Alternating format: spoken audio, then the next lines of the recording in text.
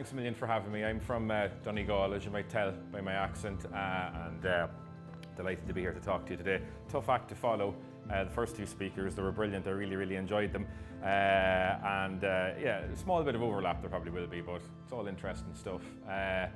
I kind of feel I'm probably the least qualified person to speak about this kind of stuff, because I know that Frank has been to the top of Mount Everest, and I know that Ian has been to the bottom. So, and I'm delighted to hear that Ruth hasn't been over there either. So I think, I felt a little bit better there about that. My mountaineering career was 2 trips up Croagh Patrick and Mount Errigal, so that's where it began and that's where it ended, you know. That's as much as I've done. But I have a huge fascination with this. It really stemmed from a radio documentary that I produced, oh God, when was it now? Last year or the year before, on George Mallory and Everest, but very much the Irish connection to it through the figure of Dr. Richard Hingston from Passage West in County Cork, who I'll talk a little bit about later on.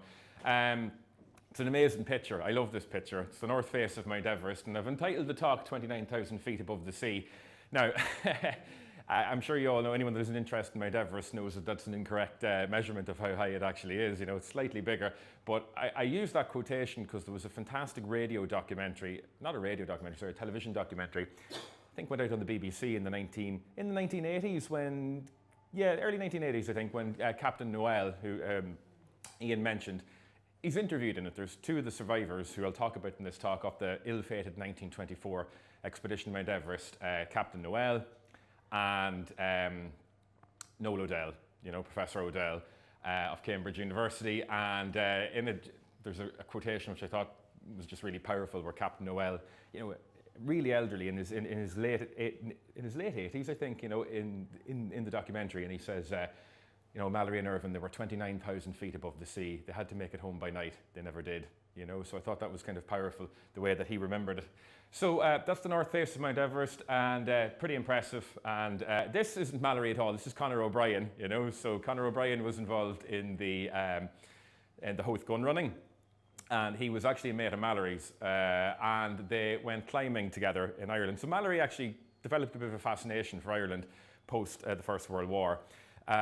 Mallory, I suppose, because of the slaughter, and he and his wife Ruth were very much they were very much socialists. They were very much thinking, you know, they became quite anti-war, and you know, he saw what was going on in Ireland, and he kind of wanted to come over and see it for himself.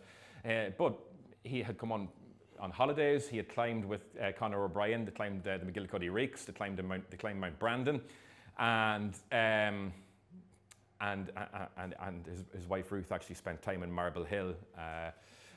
And Mallory himself actually heard a speech given in Charterhouse School by a Home Rule MP for Donegal, Hugh Alexander Law, advocating kind of Home Rule for Ireland. He thought this is a perfect solution for Ireland. You know, the people need self-government there.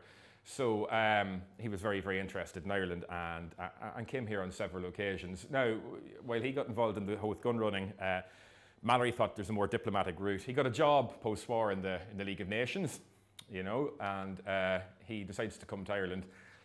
He and O'Brien sail around, the Kelpie was the name of the boat that O'Brien had, and they sail around Valentia, you know, Tralee, they visit Dingle. Obviously had a great time there, as everybody does, you know, climb Mount Brandon, and O'Brien was one of Mallory's companions. They used to go to Penny Pass, and there's a great photograph of them actually outside that hotel, the Penny Gurd Hotel in Penny Pass in North Wales.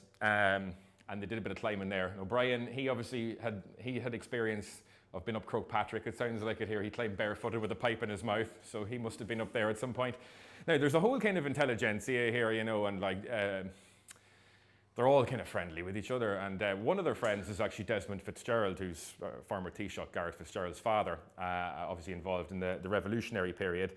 And he senses a kind of he knew Mallory kind of, you know, through various connections, and he sensed an opportunity here to get somebody in to kind of see what was going on with the War of Independence. And he actually writes, Mallory is anxious to have first-hand information as to acts of oppression and terror. I shall be glad if he can be assisted.